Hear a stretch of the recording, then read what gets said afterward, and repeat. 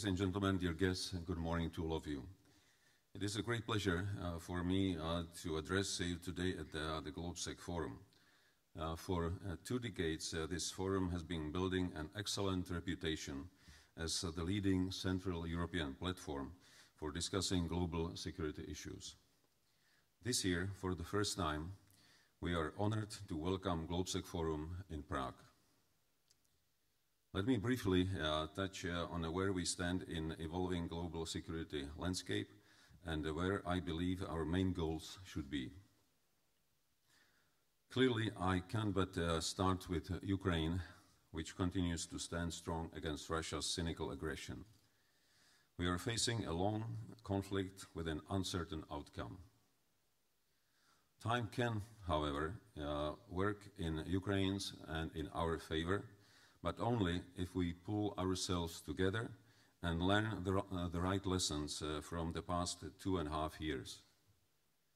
At this point, we are dealing with Russia that still believes it has no reason to change its course of action.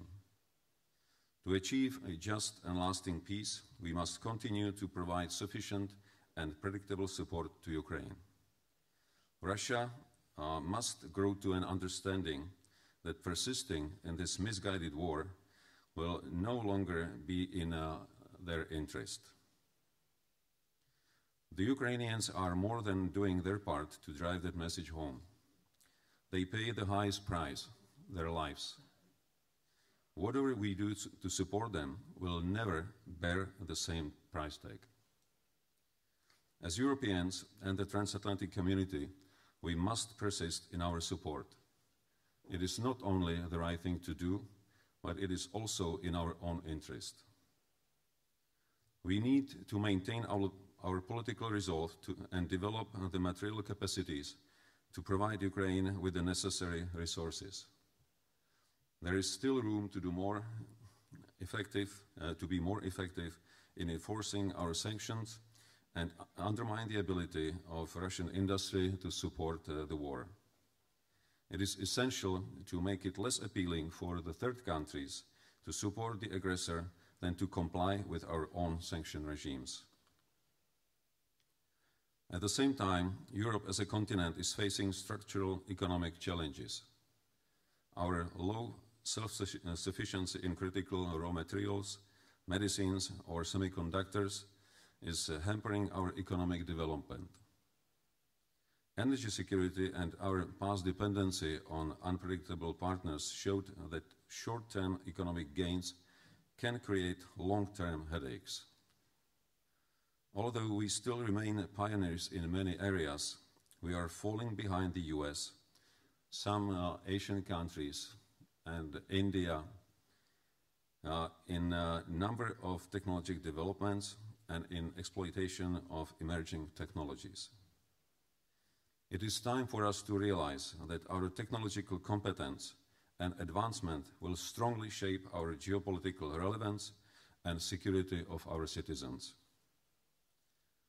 Therefore, I appreciate the foundation of the Prague Geotech Summit, a platform which brings together political leaders and technological pioneers to discuss our common responsibility to safeguard our democracies and prosperity.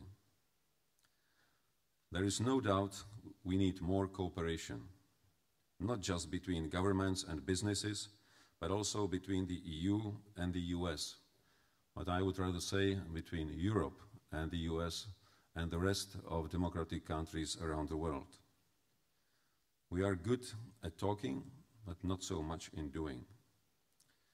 It is time to start breaking down the barriers for deepening our cooperation in science, research and development, and in emergent technologies such as quantum computing, artificial intelligence, cybersecurity, and modern defense technologies. As we move forward, it is clear that the international landscape has become increasingly challenging.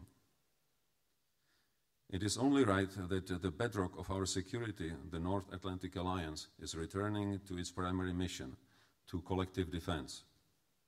NATO will focus on developing capabilities needed to prevail in a potential peer conflict. We need to restore the capacities of European defense industries. We must prepare to face sabotage and well-orchestrated cyber attacks. Our societies also need to become more resilient against disinformation campaigns that seek to exploit divisions and weaken our social cohesion. We do indeed live in an increasingly conflicting world. Yet I still firmly believe that an international order based on rules and cooperation benefits not just the West, but all members of the international community. The rules and institutions born out of the Second World War may require reforms. Yet fragmentation and the sliding into bloc mentality weaken us all. Open conflict is a disastrous path for everyone. This is true for Russia, which is certainly weaker and more fragile today than it was before 2022. Importantly, it also applies to China, which has a vested interest in its economic position and in fulfilling an aspiration to become a respected and a responsible global leader. Of all countries, China is in the strongest position to help end Russia's aggression in Ukraine. This is why our efforts to strengthen our own resilience will have to go hand in hand with genuine engagement with our adversaries. A world where conflict becomes the norm is far from the inevitable. Yet it is in our collective power to avoid such scenario. All the best to Globsec Forum 2024, and thank you for your attention. Thank you, President Pavla. And now I would like to welcome